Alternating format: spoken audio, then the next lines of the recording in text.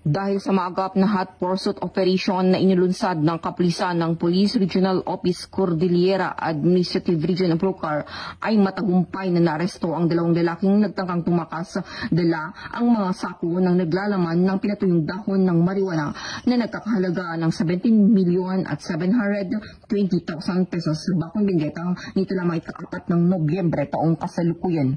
Ayon sa ulat ng First Benguet Provincial Mobile Force Company at Benguet Police Provincial Office, sila ay nagsasagawa ng checkpoint operation sa Sitio Gagyan, Barangay Gambang, sa nasabing bayan nang mapansin nila ang isang sasakyan na papalapit sa checkpoint. Ngunit sa halip na tumuloy ay bigla itong umikot at bumalik patungong barangay Ampusungan, Bacon.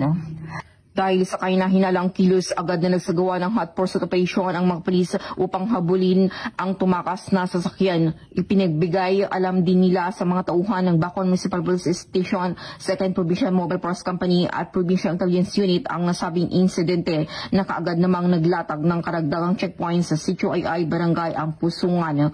Dahil sa mabilis na aksyon ng kapulisan ay agad na natuntun ang naturang sasakyan sa Sitio Mugao, Barangay Gambang. Mga 3 to 4 kilometers yung tinakbo ng patakas na mga suspect, and then hanggang sila nga po ay nahuli. Kinilala ang mga suspect bilang dalawang lalaki na may edad 25 years old at 24 years old na kapwa residente ng Parañaque City.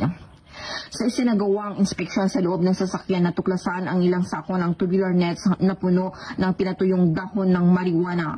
Ang mga nasabing sako ay naglalaman ng mga sumusunod: 127 tubular forms ng dried marijuana leaves na may kabuang timbang ng 127 kilograms at may standard drug price na 15,240,000 pesos. Isang plain yellow sack na naglalaman ng 10.27 kilogram ng dried marijuana leaves na may standard drug price ng 1,232,400 pesos at isang garbage bag na naglalaman ng 10.4 kilogram ng dried marijuana leaves at stocks na may SDP 1,248,000 pesos. Ang mga suspeka at mga nakumpiskang ebidensya ay dinala sa kustudiya ng Bacon Municipal Police Station para sa dokumentasyon at wastong disposition.